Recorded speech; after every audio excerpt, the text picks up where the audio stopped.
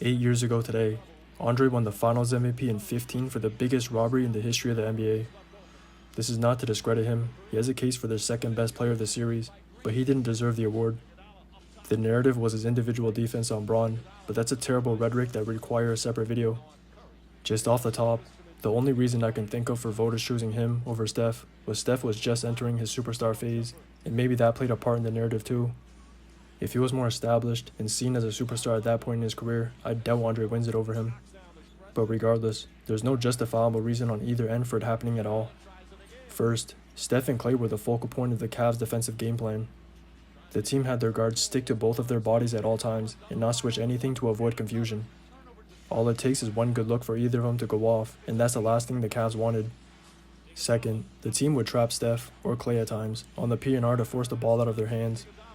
As a result, this would lead to wide open shots for Andre and Harrison to an extent. The two were the biggest beneficiaries of Steph or Klay's gravity, and that's what the Cavs wanted.